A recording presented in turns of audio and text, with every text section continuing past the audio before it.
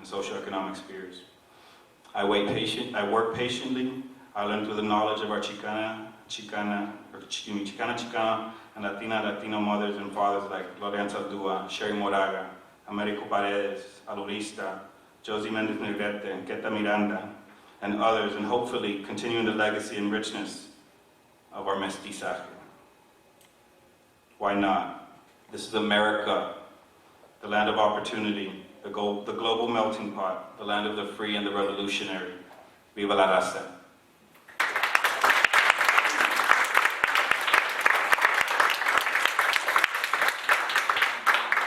Tim also was another one of our student activists, if you couldn't pick that up. Very passionate, and he leads the way he's younger than me in years, but far wiser than me in knowledge on these topics, and I look to him for a lot of guidance. So Tim is the man. Next up is Dr. Aguilar, and then after her, we're going to open it up to questions. So I know you had a few brewing. Go ahead and get them in mind, write them down, and then we'll go from there. Thank you. Okay, listening to the wisdom of the youth, I certainly appreciate that. You know, I was just thinking the other day that I have now worked longer in higher education. I've spent more than half of my life working in higher education. So you do the math. I'm not telling you the age. But you know, we have a lot of work to do within higher education. We have these issues and concerns about legislation and people that are opposed to ethnic studies. But I want to talk about the people element, if I could, for a moment. And my focus will be within higher education. I provided some handouts, and they're at the front. But they have a lot of the demographics that Timothy shared. But it's that issue of we're getting more Latinos into higher education, post-secondary education. But we're miserable in terms of graduation, retention, completion. Is it genetic? Is it, what do we blame it on? What is at the root of this? And I want to argue that I want to take a cultural stance in asking that question. First of all, when you think about culture, all of the cultures that we carry within us, right? All the different groups that we belong to. As an individual, we belong to many different we have many different cultural affiliations. With each one of them, we have an idea of the language that's spoken, the values, the traditions. So culture is that broad umbrella. Then we talk about the culture of the student. You know, you hear a lot of institutions talk about how excited they are, or we are, about serving first-generation students. You hear it across the country. And we celebrate that. But what do we do with that? How do we consider and factor in the culture that a first-generation student brings to the academy, brings to the university? I mean, what is the home culture? Whether it's rural, the religious culture that's taught at home, regional, ethnic, what is it that first-generation student brings to the university? And what are the expectations of your home culture about you going to school? We talked about the great leap of faith. Mijo's going to college. Mija's going to get a degree. Mija's going to... And you just assume that by becoming a part of the organization, the institution, that you will somehow belong. Not true. Now, let's talk for a moment about the culture of higher education. How many of us were first generation going to university in your families? Did you not have to learn a new language? GPA, credit hours, semester. In high school, you could graduate with 18 credits, and then in college, we go high drama, 132 units. No, what is all that? It's a different language. You go to school all day in high school, and you go to college, and you only go 12 hours a week. So Mija and Mijo can work because they're only going to school for a few hours.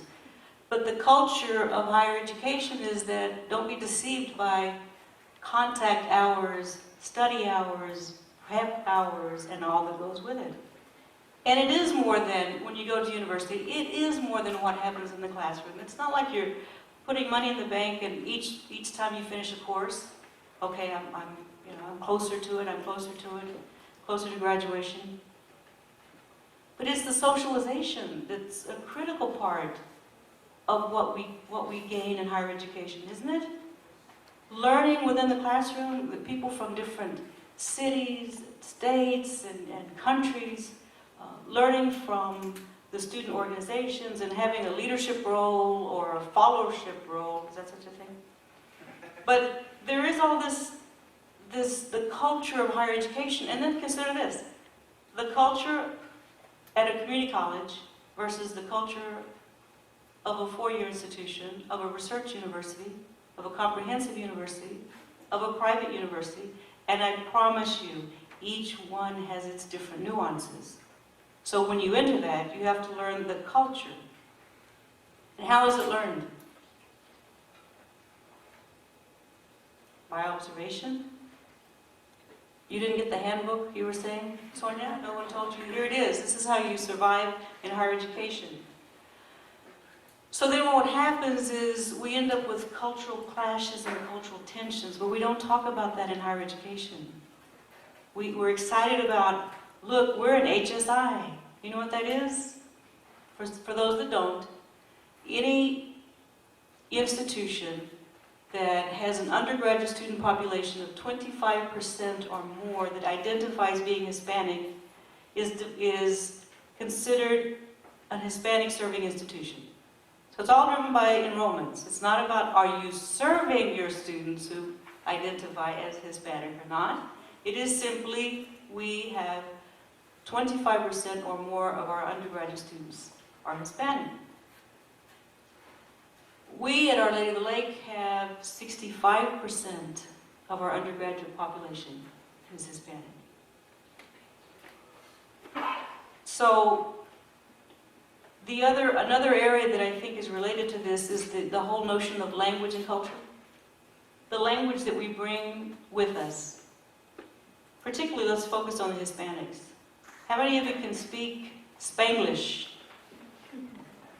Ocho, mucho, proper Spanish, good Texas Spanish with a twang. You know what? All of those are valid languages. They are languages of the heart. They are languages of the soul. They are languages that we connect with familia or relatives. So I don't dismiss the value of that. At the same time, in higher education, we talk about opportunities for bilingualism, multilingualism. Do we provide those services? Are we reflecting that in the work that we do and the materials that we provide? Do we use that language to reach out to the families of our students? Or is it a professional goal that we strive to promote multilingualism? Then I look at what are we doing in higher education with respect to ethnic studies and cultural studies. So I'm sure I can do this out of memory. One part of the vision statement at Our Lady of the Lake University is that we aspire to be nationally recognized for our expertise in Mexican American culture. No other university in the country has that, I promise you, in their vision statement. What does that mean? What does it mean to achieve that level of recognition? What would it take? Did you all know that about us? Did you know that if you want to learn more about Mexican American culture, come to the lake? We have professional development experiences, opportunities, and all that. In November, we eliminated the major in Mexican American Studies. It was one of the 12 programs that were eliminated. Last week, we reinstated them.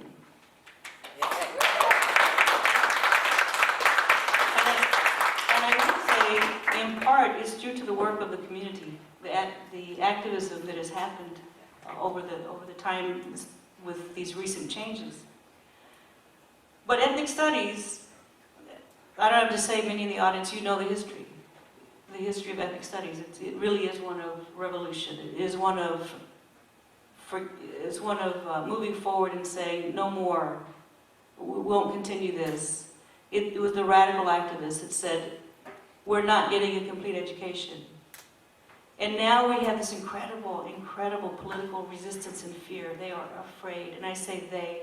I say that gently, though, because some of you know that I have 3 grandparents from Mexico and 1 grandmother who's Czech. So I say that I'm Tex-Mex Czech. So I have some of that white in me. I remember having a conversation with my white grandmother once. She said, "Mija," and she spoke beautiful Spanish.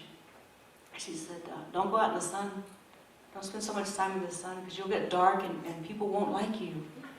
And I was offended. I said, my white grandmother's telling me not to get dark because people won't like me. And I was mad at her for years. For years. And it took a conversation with a man on death row when I shared that story with him years later. And he said, "Was your grandmother lying? Do you think she didn't love you?" Right?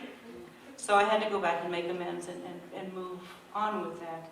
But that political resistance and fear is about, will they do unto us as we have done to them? That's a frightening thing, isn't it?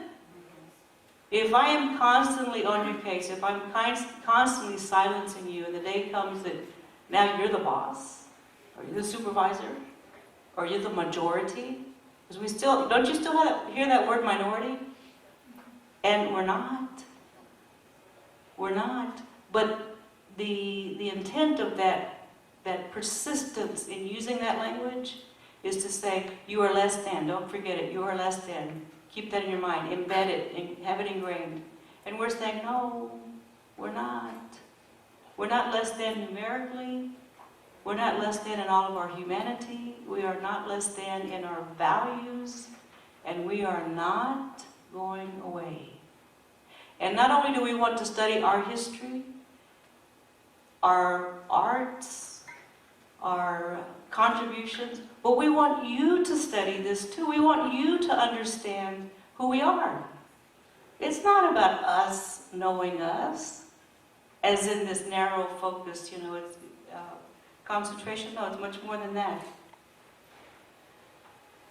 The sense of belonging and engagement is critical for this. This is what I think is happening in higher education. That you come in, you're enthusiastic, you think you are going to figure your way around, you did well in high school, and I'm focusing on the first degree, the undergraduate degree. And then you're lost. You're lost, you don't know who to go to. And there are these offices, and someone will say, go to that office, and you go in, and you don't feel like you belong for some reason. But that belonging changes dramatically when students take ethnic studies courses. You've heard it right here from the student perspective. All of a sudden, the university became my place, not a place I have to go through and endure for X number of years and X number of courses before I'm given that piece of paper and I walk across the stage. No. No, we're seeking to define institutions of higher education as our place. And one of the ways that we can do that is through ethnic studies. But it's also through incredible transformation that we need in higher education. I'm telling you, we need it badly. We need much more effective faculty development, staff development, and I'm going to put a separate category, development of administration.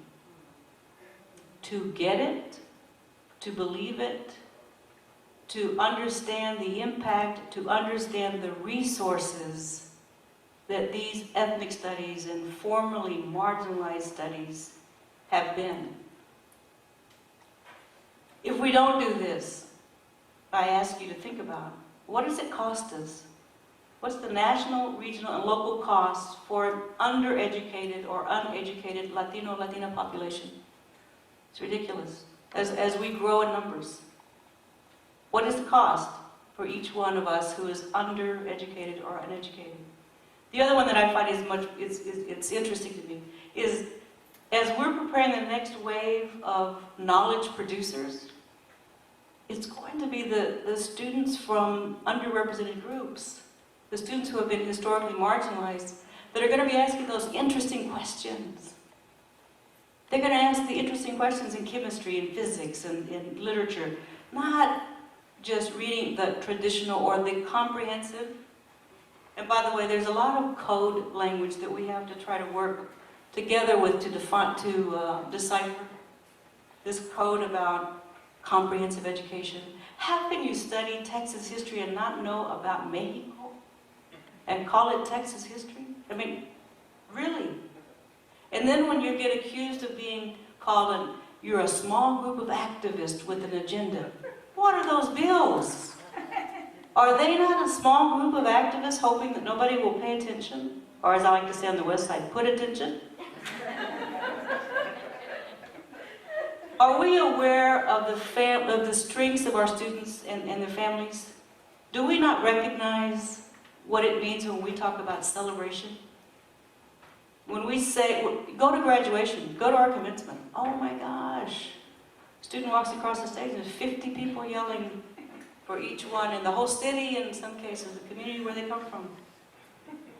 That's a richness, that's a value, that's not something that anyone should be ashamed of, and those who don't get it need to learn to appreciate that.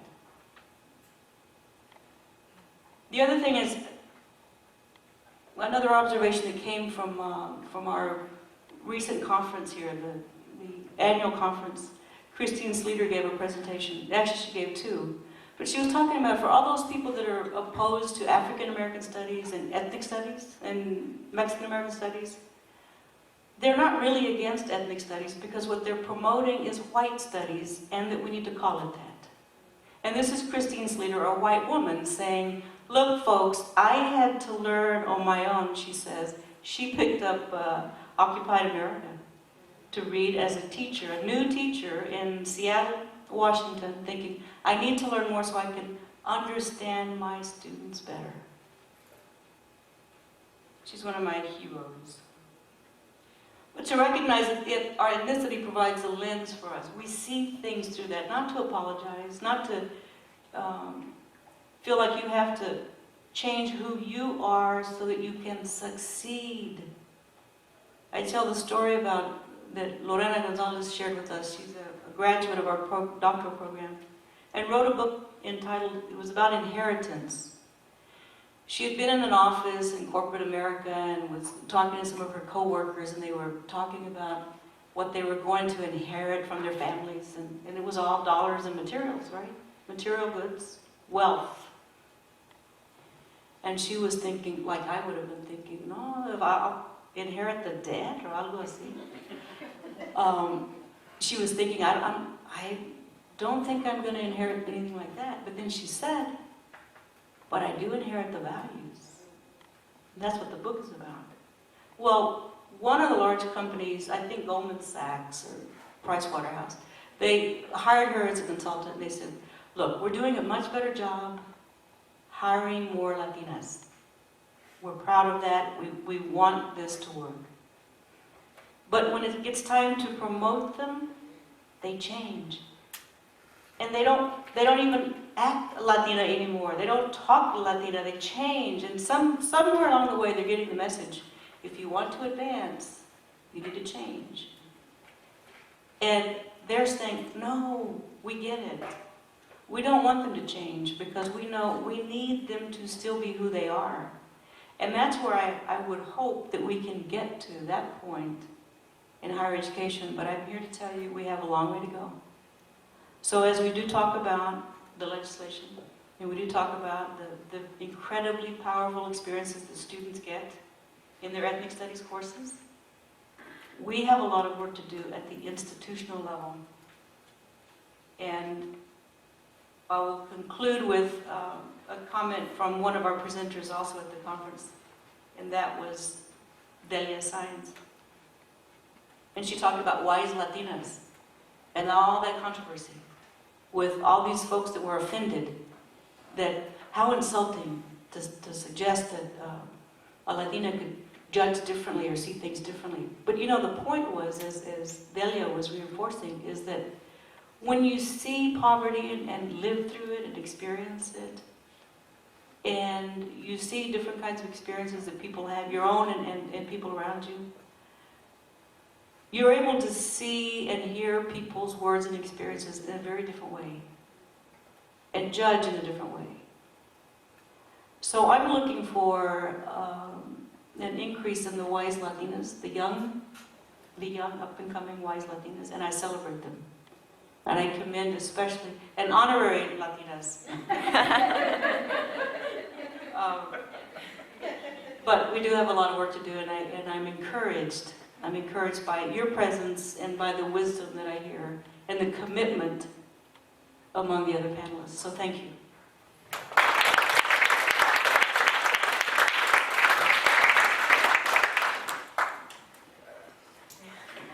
Okay, questions? Do you need a microphone? No. Dr. Pedraza, I think you were being polite. Probably, I work in a bureaucratic system. But I have to take a little bit of issue with something you said. Okay. When you said that these bills may not be targeting intentionally ethnic Right, minorities. yes. Well, as someone who has been watching this whole scenario for decades and decades and decades, that tells you how old I am, okay?